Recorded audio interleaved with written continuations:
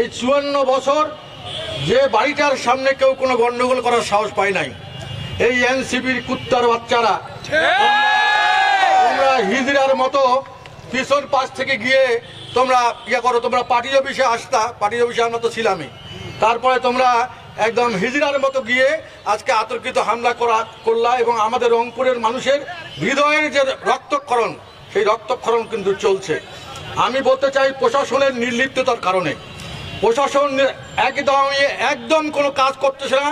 সারা দেশের মতো রংপুরেও কোনো প্রশাসন কাজ করছে না।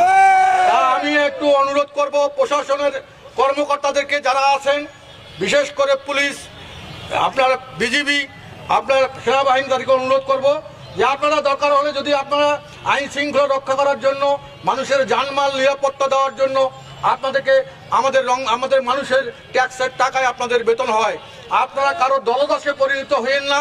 কারো দলদাসে পরিণত হয়ে আজকে পক্ষপাতমূলক যে আচরণ করছেন সেটা রংপুরের মানুষকে কিন্তু ব্যথিত করছে।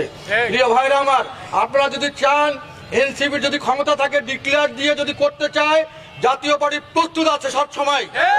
জাতীয় পার্টি আমরা কোনো সন্ত্রাসী রাজনৈতিক সংগঠন নই।